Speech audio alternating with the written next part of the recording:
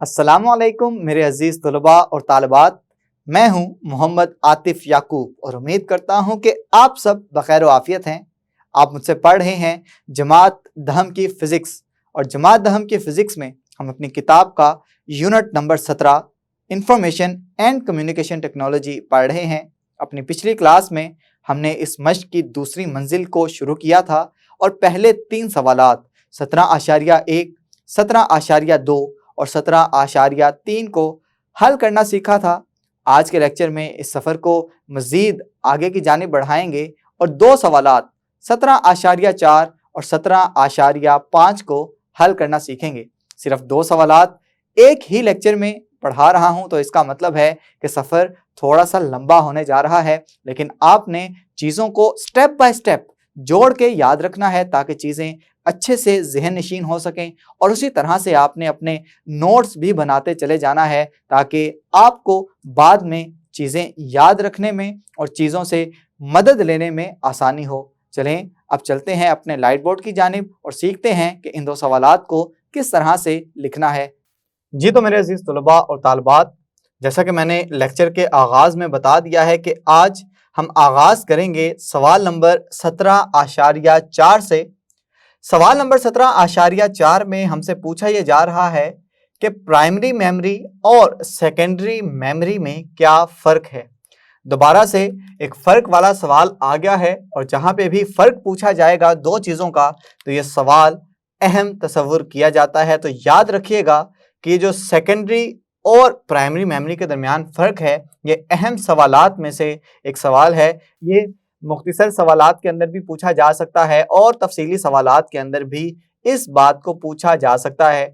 तो चलें हम जब भी प्राइमरी और सेकेंडरी मेमोरी में फ़र्क करेंगे या किसी ऐसी 2 चीज़ों में फ़र्क करेंगे जिनका फ़र्क हमें पूछा गया है तो हम 2 चीज़ों को अलग अलग करके लिखेंगे। तो सबसे पहले मैं जिन खसूसियात का मुतालिया करूँगा वो होंगी प्राइमरी मेमोरी के मुतल्लिक। पहले हेडिंग देंगे जी कि आप यहाँ पे जितनी भी बातें कर रहे हैं वो सारी की सारी प्राइमरी मेमोरी के मुतल्लिक होंगी। अब यहाँ पे मैंने एक बात आपको शुरू में बताई थी कि चूंकि प्राइमरी का मतलब है अहम तरीन, तो इसका मतलब है जो प्राइमरी मेमोरी है कंप्यूटर की वो कंप्यूटर की एक मेन मेमोरी है। हम ये बात पॉइंट्स की सूरत में लिखेंगे कि ये जो प्राइमरी मेमोरी है ये कंप्यूटर की मेन मेमोरी है। मेन मेमोरी से मुराद क्या है कि ये कंप्यूटर की अहम तरीन मेमोरी है। अगर प्राइमरी मेमोरी ना हो तो कंप्यूटर के अंदर कोई भी चीज़ जो आप सेव करना चाहते हैं वो सेव नहीं हो सकेगी। तो इसका मतलब कि प्राइमरी मेमोरी कंप्यूटर की मेन मेमोरी हो गई। मज़ीद ये चीज़ कि ये जो मेमोरी है प्राइमरी मेमोरी ये हमेशा याद रखिएगा वॉलेटाइल होगी। अब वॉलेटाइल का क्या मतलब है? वॉलेटाइल का मतलब है ऐसी चीज जो आर्जी हो। अब आर्जी से क्या मुराद है? फर्ज करें कि आप अपने कंप्यूटर पे कोई प्रोग्राम देख रहे हैं, कोई डॉक्यूमेंट टाइप कर रहे हैं, कोई गेम खेल रहे हैं, लेकिन किसी वजह से किसी तरीके से कंप्यूटर की सप्लाई बंद हो गई, कंप्यूटर किसी ना किसी तरीके से बंद हो गया। अब जैसे ही कंप्यूटर बंद होगा तो आप जो काम कर रहे हैं वो भी बंद हो जाएगा और आपको जब वो काम दोबारा से करना है तो आपको वो नए सिरे से करना पड़ेगा जब तक कि आपने वो काम पहले से सेव नहीं किया। तो इसे हम ये कह देंगे कि जो कंप्यूटर की प्राइमरी मेमोरी है वो वॉलेटाइल मेमोरी होती है। दोबारा एक और बात जो इस प्राइमरी मेमोरी के बाद मंसूब की जाती है कि इसे डायरेक्टली प्रोसेस के साथ ले लिया जाता है। इसको यह लिखा जाएगा कि माइक्रो प्रोसेसर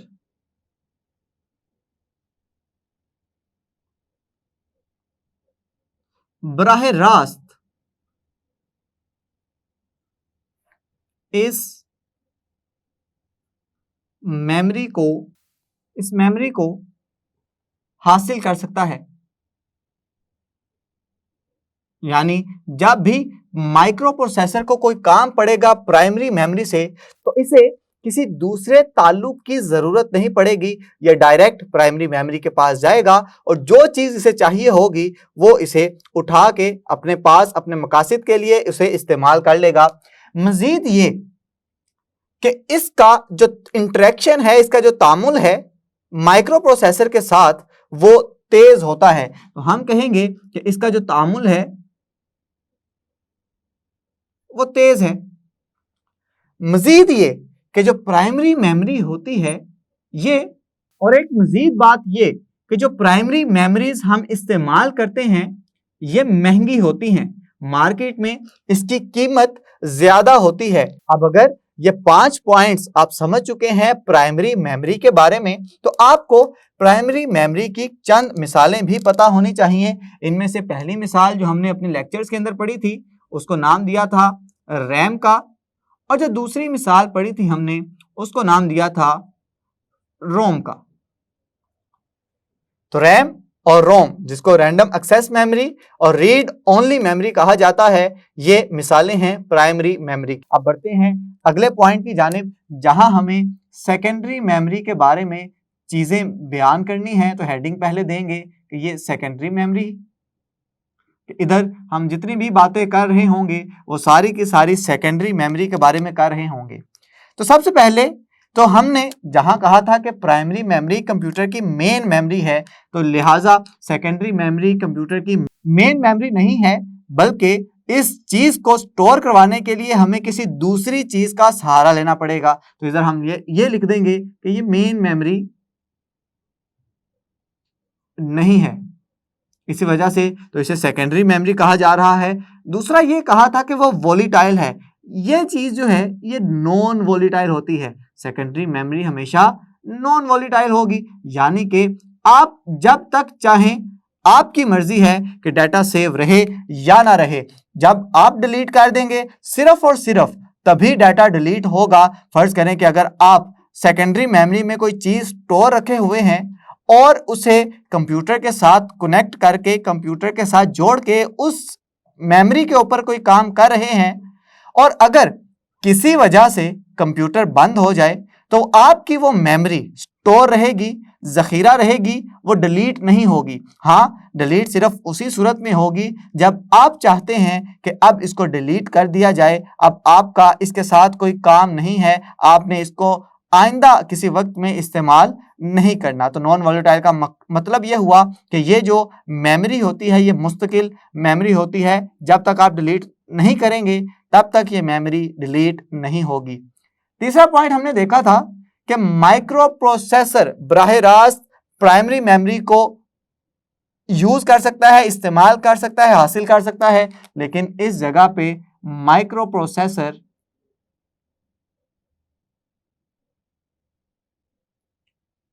बराह रास्त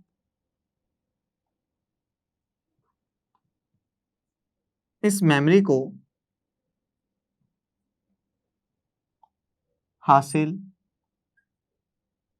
नहीं कर सकता। हासिल की जगह इस्तेमाल का लफ्ज भी इस्तेमाल कर लें तो कोई भी, हासिल की जगह अगर आप इस्तेमाल का लफ्ज भी यूज करना चाहते हैं, इस्तेमाल का लफ्ज यहां पे लिखना चाहते हैं, तो भी बात एक जैसी ही रहेगी। मजीद ये कि इसका जो तामुल होता है माइक्रो प्रोसेसर के साथ वो थोड़ा सा स्लो होता है। तो हम कहेंगे इसका जो तामुल है वो सुस्त है माइक्रो प्रोसेसर के साथ। अब ये हम लोगों ने 4 इसके पॉइंट्स लिख लिए हैं, तो चलें 5वें पॉइंट की जानिब बनते हैं। अब जहां पे हमने कहा है कि प्राइमरी मेमोरी को इस्तेमाल करना महंगा है, रैम और रोम थोड़ी सी महंगी होती है, उसके मुकाबले में सेकेंडरी मेमोरी जो है इनकी जो डिवाइसेस हैं ये सस्ती होती हैं। अब अगर आपने ये सारे पॉइंट सेकेंडरी मेमोरी के बारे में भी जान लिए हैं तो चंद मिसालें भी आपको पता होनी चाहिए कि सेकेंडरी मेमोरी की मिसालें क्या हैं, सेकेंडरी मेमोरी को स्टोर किस किस जगह पे किया जा सकता है। तो उनमें चंद सीधा सीधा मिसालें मैं आपके सामने लिख रहा हूं। यूएसबीज हैं हमारे पास, सीडीज हैं, डीवीडीज हैं, या हमारे पास मैग्नेटिक डिस्क भी हैं, और मैग्नेटिक डिस्क में फ्लॉपी डिस्क भी अगर आप लिखना चाहें तो ये मिसाल भी आप लिख सकते हैं। उम्मीद करता हूं कि ये सवाल जो कि प्राइमरी और सेकेंडरी मेमोरी के फर्क का था आपको समझ आ गया होगा। चले बढ़ते हैं आज के अगले सवाल की जानिब। जी तो मेरे अजीज तलबा और तालिबात, ये रहा हमारे आज के लेक्चर का दूसरा सवाल। इस सवाल में हमसे पूछा यह जा रहा है कि इंफॉर्मेशन स्टोर करने वाले डिवाइसेस के नाम लिखें और हर एक का इस्तेमाल बताएं। यानी कि यहाँ पे हम अपनी मर्जी से कोई 4 या 5 स्टोरेज डिवाइसेस के नाम लिखेंगे, देखेंगे कि वो किस उसूल को इस्तेमाल करते हुए अपने अंदर इंफॉर्मेशन को स्टोर करते हैं और फिर देखेंगे कि ये किस मकसद के लिए इस्तेमाल किए जाते हैं या किए जाते रहे हैं। तो सबसे पहले जिस चीज का हम जिक्र करेंगे वो है जी ऑडियो वीडियो कैसेट्स। इन ऑडियो वीडियो कैसेट्स को अब अगर देखना हो तो शायद ही ये आपको किसी जगह पे नजर आए, लेकिन जब भी आप किसी नई टेक्नोलॉजी को पढ़ते हैं, नई चीजों को पढ़ते हैं, नई दरियाफ्तों के मुतालिक पढ़ते हैं, तो लाजिम सी बात है कि आप पुरानी टेक्नोलॉजी को भी पढ़ें, क्योंकि जब तक आपको पुरानी टेक्नोलॉजी नहीं समझ आएगी, उनमें क्या क्या लिमिटेशंस थी, क्या क्या कमियां थी कि जिनकी वजह से हमें नई इजादात की जानिब बढ़ना पड़ा, नई टेक्नोलॉजी की जानिब बढ़ना पड़ा, तो आपको वो चीज ज्यादा अच्छे से फिर समझ आ जाएगी।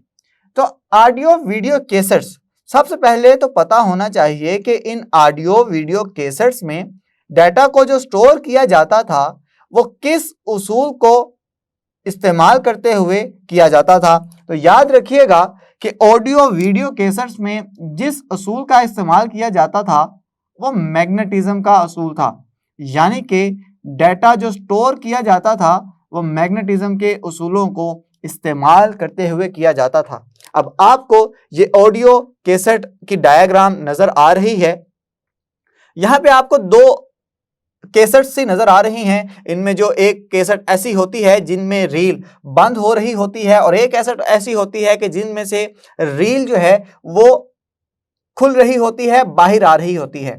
अब ये जो रील है ये कोई मैग्नेटिक मटेरियल है। अब ये जो रील है, रील किसी ऐसे मटेरियल की बनी होती है कि जिसके ऊपर मैग्नेटिक ऑक्साइड की तय चढ़ाना आसान हो। जैसे ही इस मटेरियल के ऊपर मैग्नेटिक ऑक्साइड की तय चढ़ा दी जाएगी तो इसका मतलब है कि ये रील अब एक मैग्नेटिक मटेरियल बन चुकी है। जैसे ही ये रील इस हेड के अंदर से गुजरेगी, ये हेड जो आपको नजर आ रहा है ये अभी रिकॉर्ड हेड है, जैसे ही ये इस हेड के अंदर से गुजरेगी तो साथ ही लगा माइक्रोफोन मेरी आवाज को, जिसको मैं रिकॉर्ड करना चाहता हूं, इसके उतार चढ़ाव को कन्वर्ट कर देगा इलेक्ट्रिक सिग्नल्स के अंदर, यानी कि इलेक्ट्रिक करंट की सूरत में इस जगह पे पहुंचाएगा। अब ये जो रिकॉर्डर हेड है ये एक अदद इलेक्ट्रोमैग्नेट होता है। इलेक्ट्रोमैग्नेट का मतलब ये है कि जब तक इसमें करंट गुजरता रहेगा ये एक मैग्नेट के तौर पे बिहेव करेगा, मैग्नेट के तौर पे काम करेगा, और जैसे ही करंट गुजरना बंद हो जाएगा तो ये मैग्नेट के तौर पे काम करना बंद कर देगा। अब चूंकि यहाँ से करंट गुजर रहा है जिसकी वजह से मैग्नेटिक फील्ड पैदा हो रही है, तो ये मैग्नेटिक फील्ड की सूरत में डाटा इस रील के ऊपर स्टोर हो जाएगा। अब अगर मैं चाहता हूं कि इस डाटा को सुनूं जिसको मैंने रिकॉर्ड किया है, अपनी उस आवाज को सुनूं, तो उसके लिए मुझे दोबारा से इस रील को गुजारना पड़ेगा एक हेड से। लेकिन अब की बार ये हेड रिकॉर्ड हेड नहीं होगा बल्कि रीप्ले हेड या बाज़ औक़ात उसे प्ले हेड का नाम दिया जाता है, उससे गुजारना पड़ेगा। जैसे ही से प्ले हेड से गुजारा जाएगा तो प्ले हेड से गुजरने के बाद वो वाले सिग्नल्स जो कि अब मैग्नेटिक फील्ड की सूरत में इधर जमा हैं, ये कन्वर्ट कर दिए जाएंगे दोबारा से साउंड सिग्नल्स के अंदर और फिर इसे लाउड स्पीकर पे सुना जा सकता है। तो इस तरह से ये ऑडियो वीडियो कैसेट में डाटा स्टोर होता है। अब इसका इस्तेमाल क्या था? इसका इस्तेमाल ये था कि जब आपने आवाज रिकॉर्ड करनी है आप उस आवाज को सुन भी सकते हैं, और वीडियो कैसेट में ना सिर्फ आप आवाज बल्कि आवाज के साथ साथ वीडियो को भी स्टोर भी कर सकते थे और उसको देख भी सकते थे अपनी स्क्रीनों के ऊपर। तो चलें हम यहाँ पे जितनी भी बातें हमने की हैं वो सीधा सीधा करके लिख लेते हैं। हमने कहा है कि इसके अंदर 2 हेड होंगे, एक हेड को नाम दिया है हमने रिकॉर्ड हेड का और दूसरे हेड को हमने नाम दिया है रीप्ले या प्ले हेड का।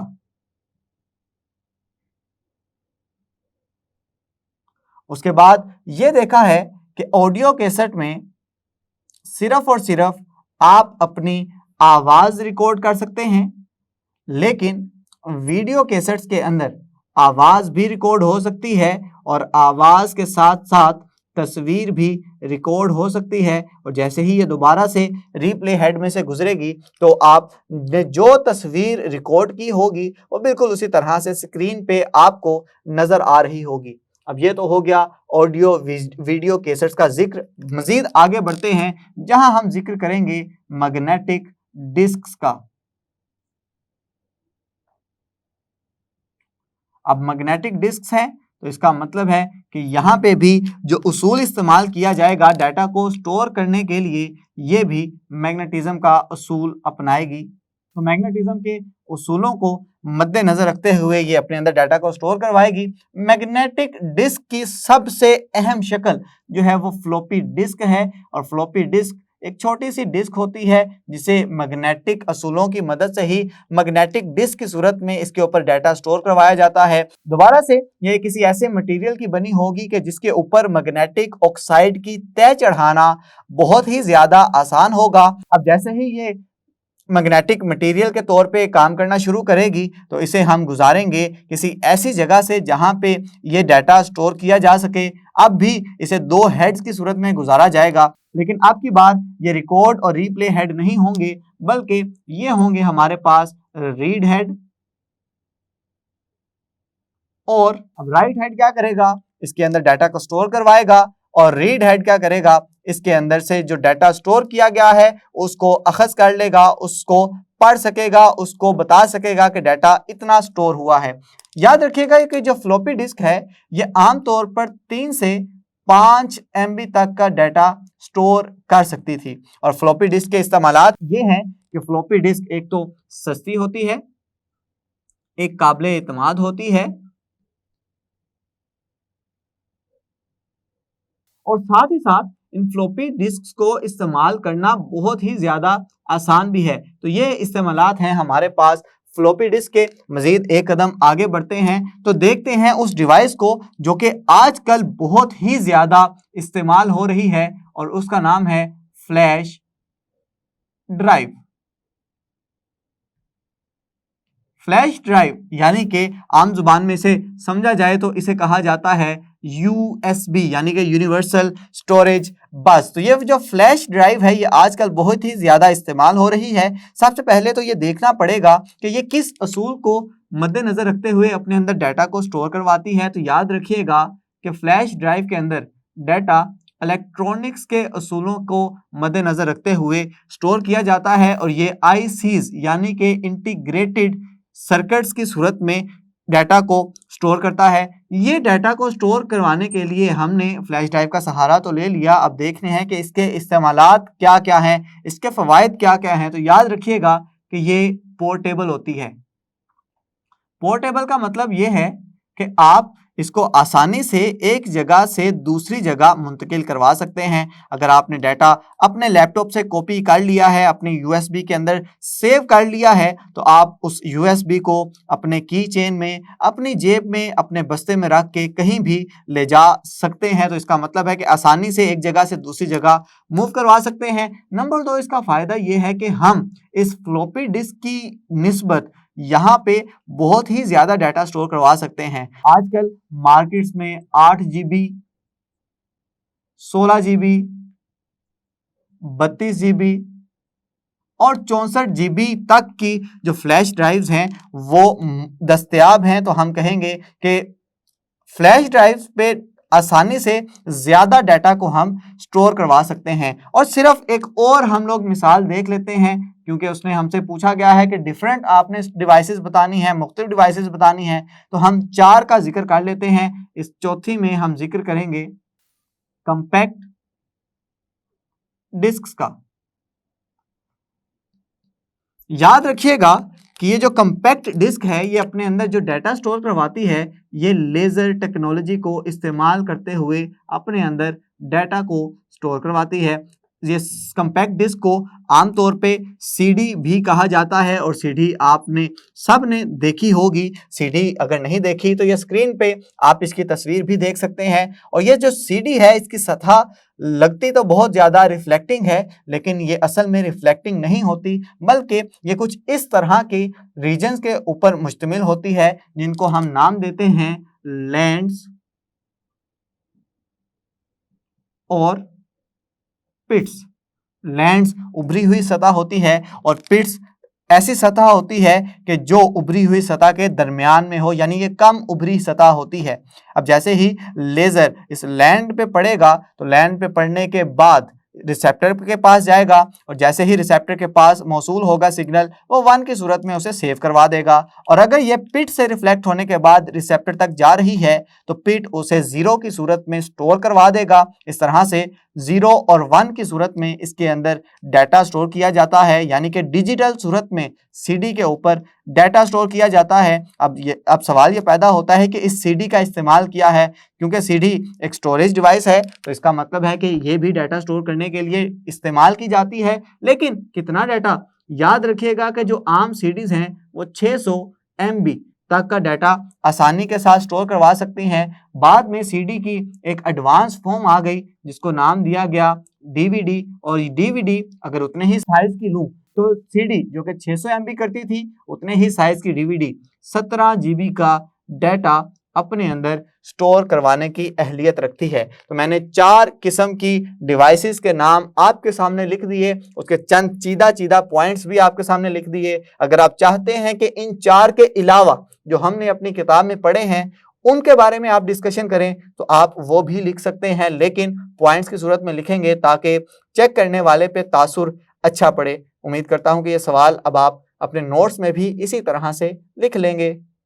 जी तो मेरे अजीज तलबा और तालबात, सफ़र थोड़ा सा लंबा था, लेकिन उम्मीद करता हूं कि आपको दोनों सवालात की अच्छे से समझ आ गई है। आपने इसके भी नोट्स बना लेने हैं। अब तक हम 5 सवालात कर चुके हैं। सवालात के इयादा वाले हिस्से के मज़ीद सवालात देखेंगे आइंदा आने वाले वीडियो लेक्चर्स में। तब तक के लिए अपना बहुत सा ख्याल रखें, अपने से ज़्यादा दूसरों का खुश रहें, खुशियाँ बांटें। अल्लाह हाफिज़।